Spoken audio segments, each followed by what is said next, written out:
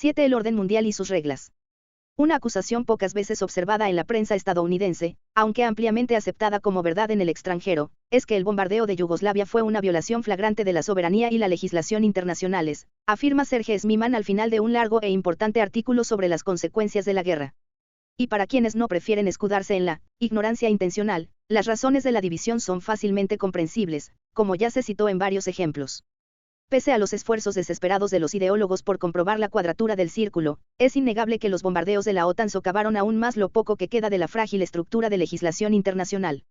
Estados Unidos lo dejó muy claro en los debates que desembocaron en la decisión de la OTAN, como ya se comentó.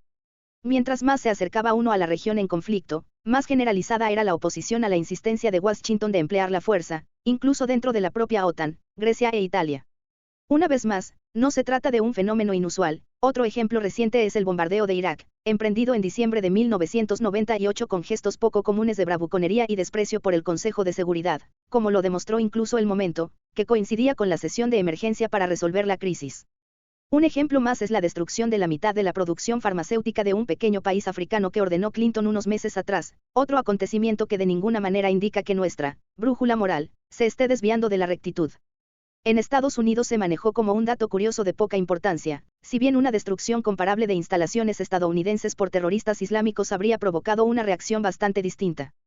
Tal vez este sea un ejemplo del tipo de disuasión creativa, aconsejada por Strachan, dirigida a lo que se valora en una cultura, como el destino de niños que mueren de enfermedades fácilmente curables.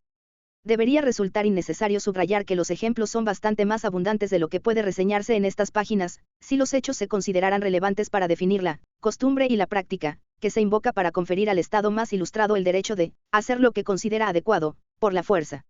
Podría arguirse, con bastante certeza, que la posterior demolición de las reglas del orden mundial ya no tiene mayor importancia, como sucedió a finales del decenio de 1930.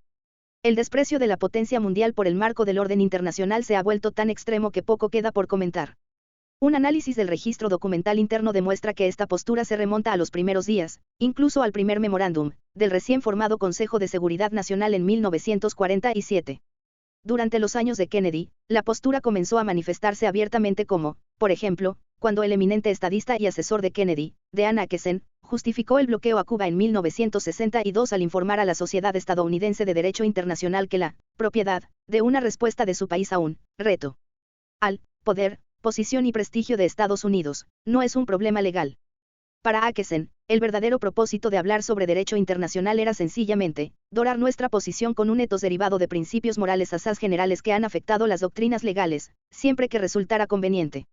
La innovación principal de los años de Reagan-Clinton fue la manera tan abierta de desafiar el derecho internacional y las obligaciones solemnes, lo cual se proclama en Occidente como el nuevo internacionalismo, que anuncia una nueva era maravillosa, única en la historia humana.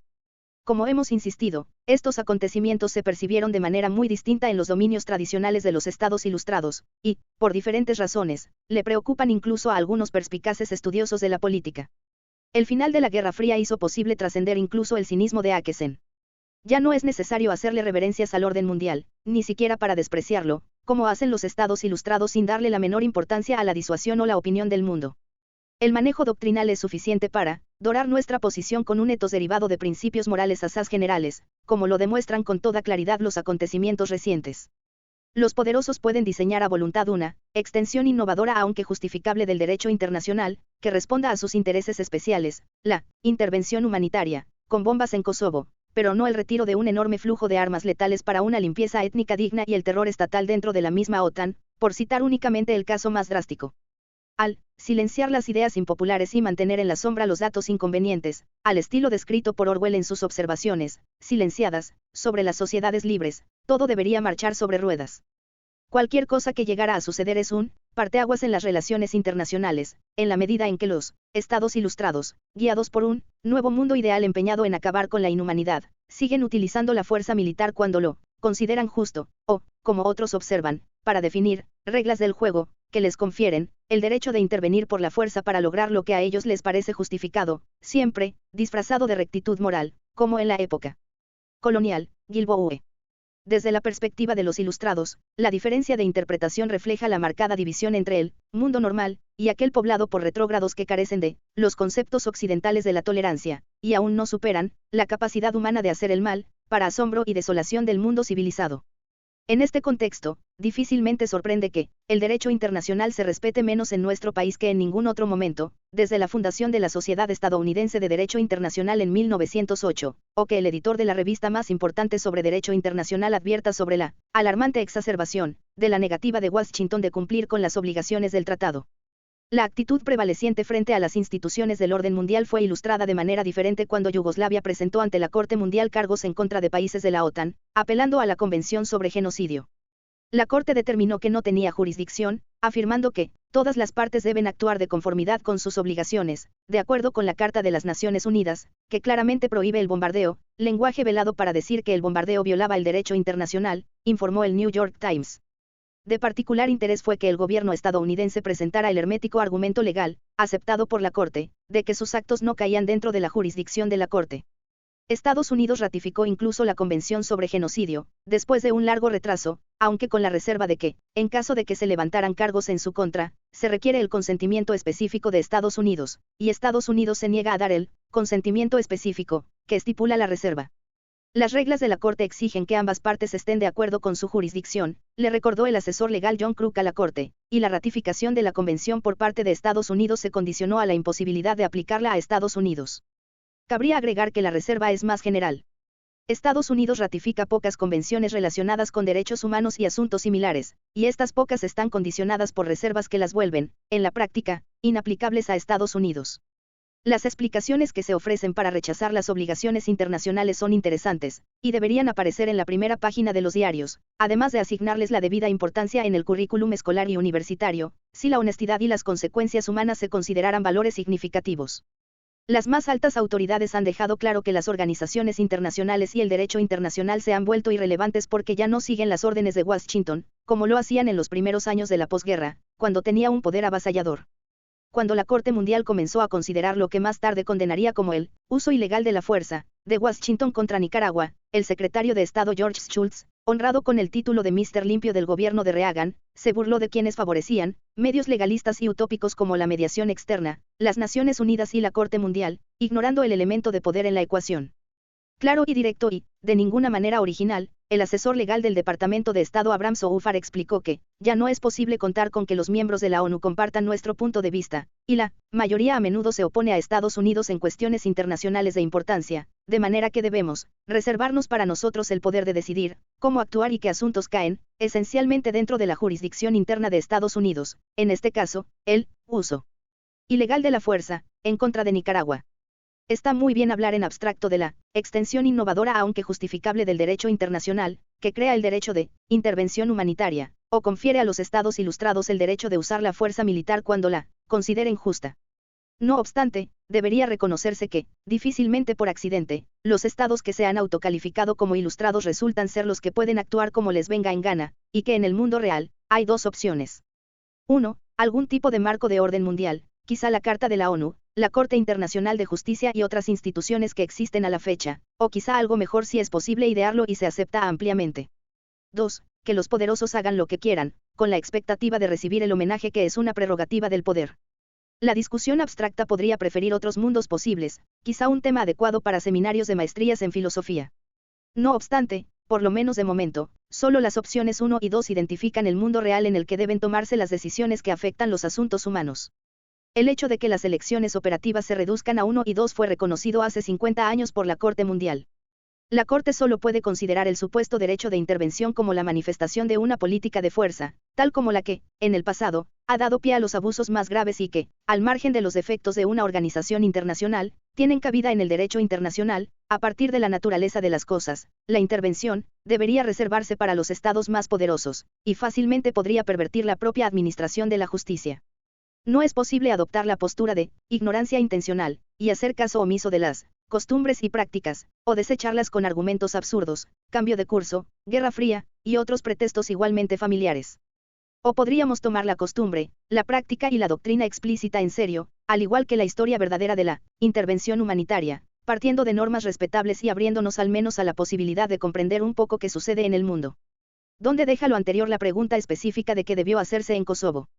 No hay respuesta, ya que ésta no puede deducirse de un principio abstracto, y mucho menos de esperanzas, exige una cuidadosa atención a las circunstancias del mundo real. Un juicio razonable, me parece, es que Estados Unidos eligió un curso de acción que, como se preveía, provocaría una escalada de las atrocidades y la violencia. Esto es otro golpe en contra del régimen de derecho internacional, que al menos le ofrece al débil cierta protección respecto de los países depredadores. Esto socava los avances democráticos en Yugoslavia y posiblemente en Macedonia, y significa un retroceso en los prospectos de desarme y de control de armas nucleares y de destrucción masiva. Incluso podría dejar a otros sin más elección que adquirir armas de destrucción masiva para defenderse. De las tres opciones lógicas posibles, eligió la primera, aumentar la catástrofe con sus actos, rechazando otras opciones. 2. No hacer nada. 3. Intentar mitigar la catástrofe. ¿Acaso la tercera opción era realista? Imposible afirmarlo, pero hay indicios, como se mencionó antes, de que posiblemente habría sido factible. Una observación creíble para Kosovo desde el inicio fue que, cada bomba que cae en Serbia y cada matanza étnica en Kosovo sugiere que difícilmente será posible que serbios y albaneses convivan en paz. Otras posibles consecuencias de largo plazo tampoco resultan alentadoras. En el mejor de los casos, la institución inmediata de la versión de la OTAN sobre el acuerdo oficial deja pendientes problemas mayúsculos, que deberán resolverse con urgencia, sobre todo aquellos que son los efectos del bombardeo. Un argumento frecuente es que teníamos que hacer algo, no podíamos sentarnos a mirar mientras continuaban las atrocidades. No había más alternativa que recurrir a la fuerza, declaró Tony Blair, al tiempo que varias cabezas se inclinaban en señal de anuencia. No hacer nada habría sido acceder a la brutalidad de Milosevic. Si excluimos la tercera opción, mitigar la catástrofe, como se supone tácitamente, y nos quedamos únicamente con aumentar la catástrofe, o con no hacer nada, entonces debemos elegir la primera. Que este argumento pueda manifestarse abiertamente es un tributo a la desesperación de quienes apoyaban el bombardeo. Supongamos que una persona presencia un delito en la calle, como no puede quedarse callada, toma un rifle automático y mata a todos los involucrados, delincuente, víctima y transeúntes. Debemos entender que esta es la respuesta racional y moral, de acuerdo con el principio de Blair. Una opción siempre viable es seguir el principio hipocrático, ante todo, no hacer daño. Si no podemos pensar en alguna manera de adherirnos a este principio elemental, entonces no hagamos nada, que es preferible a causar daño, la consecuencia que se declaró predecible, en el caso de Kosovo, una predicción que se cumplió.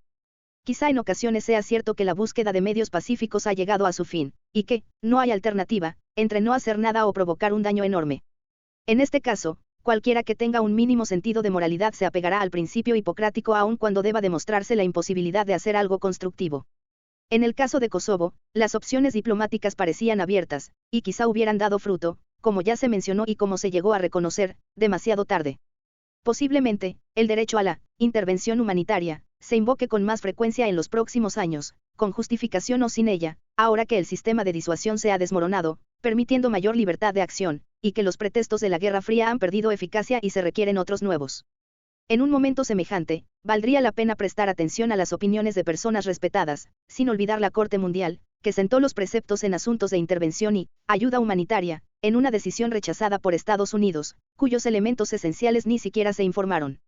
En las disciplinas de asuntos internacionales y derecho internacional, sería difícil encontrar voces más respetadas que las de Hedley Bull o Louis Enkin. Bull advirtió 15 años atrás que, estados o grupos de estados particulares que se autoerigieron en jueces del bien común mundial, en desacato de la visión de otros, son en realidad una amenaza al orden internacional y, por ende, a cualquier acción eficaz en este terreno. En un trabajo conocido sobre el orden mundial, Enkin afirma que las presiones que desgastan la prohibición sobre el uso de la fuerza son deplorables, y los argumentos para legitimar la fuerza en estas circunstancias son poco persuasivos y más bien peligrosos. Incluso la intervención humanitaria podría fácilmente utilizarse como un pretexto para la agresión. La violación de derechos humanos es demasiado frecuente, y si fuera permisible remediarla con el uso externo de la fuerza, ninguna ley prohibiría su uso en casi ningún estado contra cualquier otro. Los derechos humanos, considero, deberán ser reivindicados, además de remediar otras injusticias por otros medios pacíficos, y no abriendo la puerta a la agresión ni destruyendo los avances más importantes del derecho internacional, la proscripción de la guerra y la prohibición de la fuerza. Sin duda son reflexiones que no deberían tomarse a la ligera. Principios reconocidos de derecho internacional y orden mundial, obligaciones de tratados, decisiones de la Corte Mundial, declaraciones de comentaristas respetados, no producen automáticamente principios generales ni soluciones a problemas particulares. Es necesario considerar cada uno y sopesar sus méritos. Quienes no adoptan las normas de Saddam Hussein enfrentan una pesada carga de pruebas al lanzar la amenaza o usar la fuerza. Quizá la carga pueda soportarse, pero esto debe mostrarse, no solo proclamarse. Deberán analizarse las consecuencias con todo detenimiento, especialmente lo que consideramos predecible. Las razones para estos actos también deberían evaluarse, con argumentos razonables, prestando atención a los hechos históricos y a los antecedentes documentados, no solo con base en la adulación a nuestros líderes y esgrimiendo los principios y valores que sus admiradores les atribuyen.